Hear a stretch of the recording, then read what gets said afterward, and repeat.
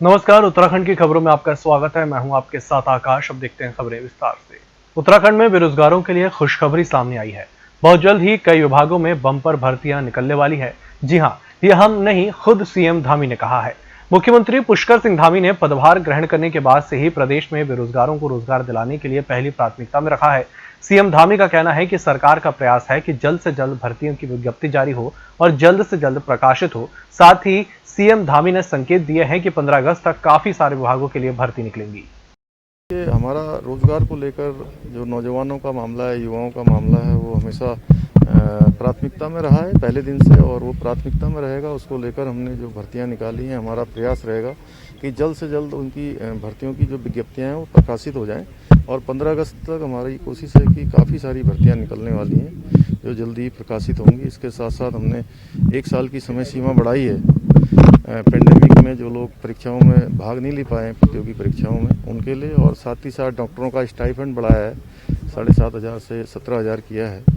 इसी तरीके से आईएएस और पीसीएस की कोचिंग करने वाले जो प्री परीक्षा में पास होंगे, एनडीए सीडीएस की परीक्षा में पास होंगे, उन सब के लिए हमने जो है 50,000 रुपये की आर्थिक आधार पर जो कमजोर होंगे उनके लिए आर्थिक सहायता की यहाँ से व्यवस्था की है। सीएम पुष्कर सिंह धामी ने आज सीएम कैंप कार्यालय में ऑक्सीजन कॉन्संट्रेटर वाहन का फ्लैग ऑफ किया। इस वाहन को सरकार एक्सिस बैंक के साथ मिलकर चला रही है।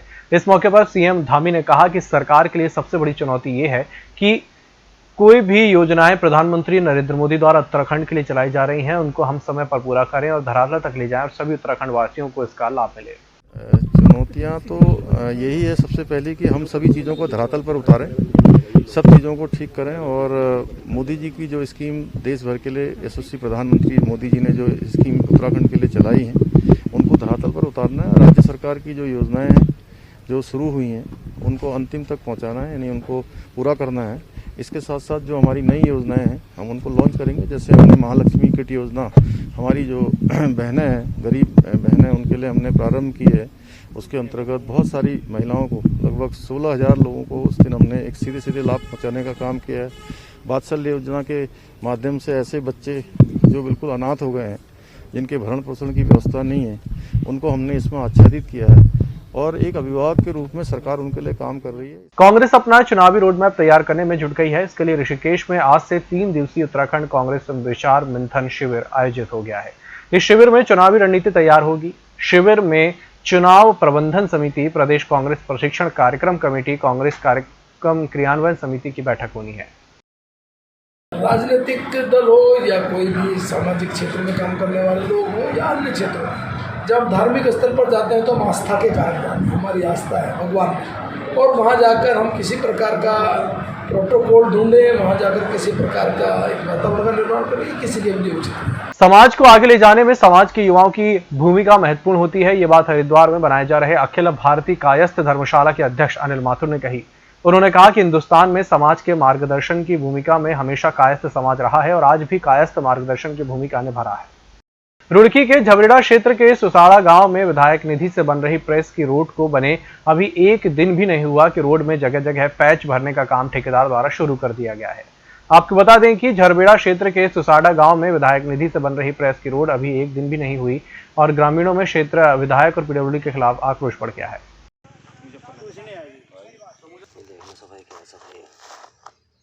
बाकी 5-7-10 गांव हमारे गांव से जो पल्ली तरफ हैं, उनका भी सबका जोर इसी सड़क पर है। और सड़क तो बल्कि अगर मतलब 2 लेन हो तो जीप चले, असलियत तो जीप है, लेकिन ये सिंगल भी अगर मजबूत हो जीप चला नहीं, मतलब क्या नाम, 1 महीना भी चल नहीं पाती, जितना माल इसमें पड़ रहा है। वो ला दे सका, हमारे कहने तो विधायक ने बनवाइया, विधायक को हम ऐसे नहीं कह सकते। ठेकेदार की क्या कमी लग रही है? ठेकेदारी कमी लग रही, माल नहीं है इस पर। इतना माल जो रुकता नहीं तो कभी नहीं रुकता है। तो हम देख रहे सन 85 से बनी सड़क है, हमसे रोज देखते हैं सड़क को, कितना माल इसमें गिर रहे। पहले हमने खड़े हुए माल गिरवाए, जिसको कई साल तक चली रही है। तो ऐसे देख लो, तो मुझे 15 दिन थम लिया।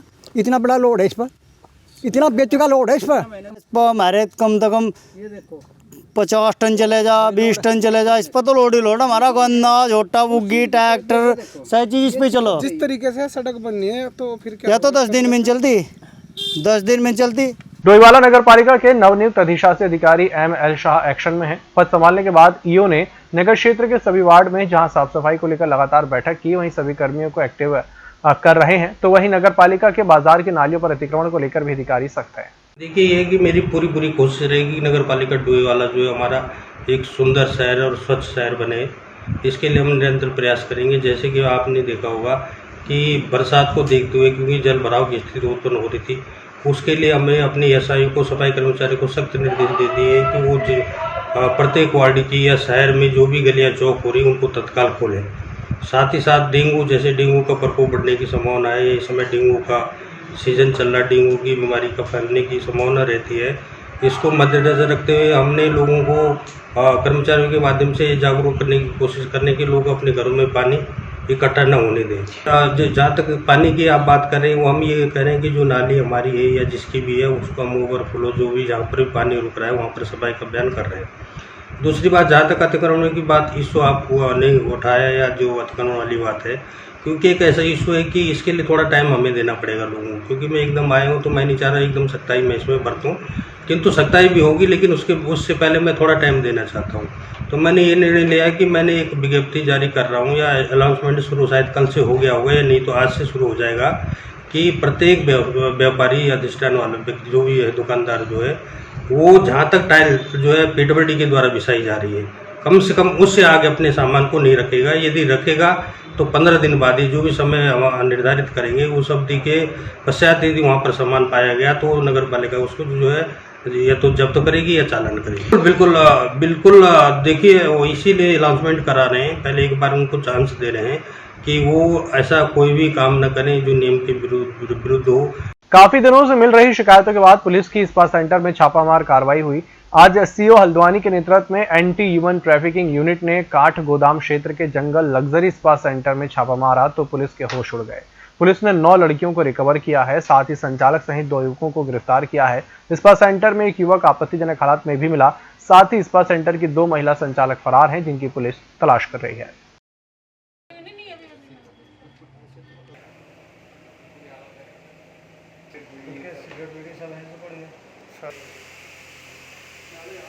इनके खिलाफ सख्त कानूनी कार्रवाई की जाएगी। जो भी अनियमितता यहाँ पर पाई गई हैं, जो भी यहाँ पर अवैध कार्य इन लोग के द्वारा किए जा रहे थे, उस पर जो है पुलिस और प्रशासन द्वारा सख्त कार्रवाई की जा रही है।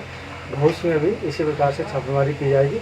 जो भी लोग अनैतिक कार्यों में पकड़े जाएंगे उनके खिलाफ कठोर दंडात्मक कार्रवाई की जाएगी। आप भी यहाँ पे आए हैं, क्या स्पा को भी सील किया जा रहा है? जी, इसको हम सील कर रहे हैं और अभी जो है वैधानिक कार्रवाई है वो सब कर रहे हैं। ये कुछ दिनों से यहाँ काठगोदाम क्षेत्र में कुछ पाओं की कंप्लेन आ रही थी। उस पर आज हमारी AS2 की जो टीम है उसने जंगल लग्जरी स्पा नाम के एक स्पा पे कार्रवाई करने के लिए आए थे। वहाँ पे कुछ लोग आपत्तिजनक स्थिति में पाए गए, तो इस संबंध में हमने तत्काल कार्रवाई करते हुए यहाँ से 9 लड़कियों को रिकवर किया है तथा 2 जनों को गिरफ्तार किया है। ये कहाँ के रहने वाले हैं? ये लड़कियाँ, इसमें 4 लड़कियाँ हैं जो मिजोरम, मणिपुर, वेस्ट बंगाल और इधर के क्षेत्र की हैं। 2 यूपी की हैं, 2 दिल्ली की हैं और 1 अपनी हरियाणा की है। आपत्तिजनक हालत में मिले हैं कुछ? इसमें से 1 लड़का अभी जो यहाँ पे था वो आपत्तिजनक हालत में, 1 का बच में था। क्या कार्रवाई की जा रही है?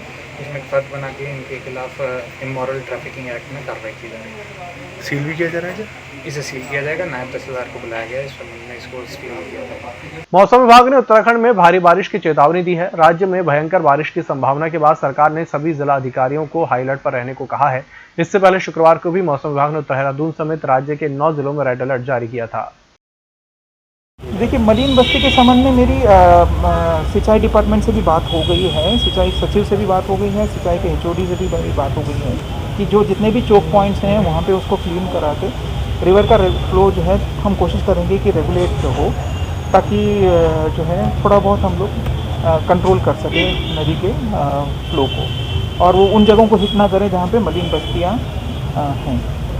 तो ये अभी फ़िलहाल 4 रोड्स अभी हमारे बंद हैं। येलो अलर्ट है फ़िलहाल डिस्ट्रिक्ट में, और अभी फ़िलहाल 4 रोड्स बंद हैं। चारों रोड्स पे JCB अभी फ़िलहाल काम कर रहा है। इस बुलेटिन में फिलहाल इतना ही। इसी के साथ मुझे दीजिए इजाज़त। नमस्कार।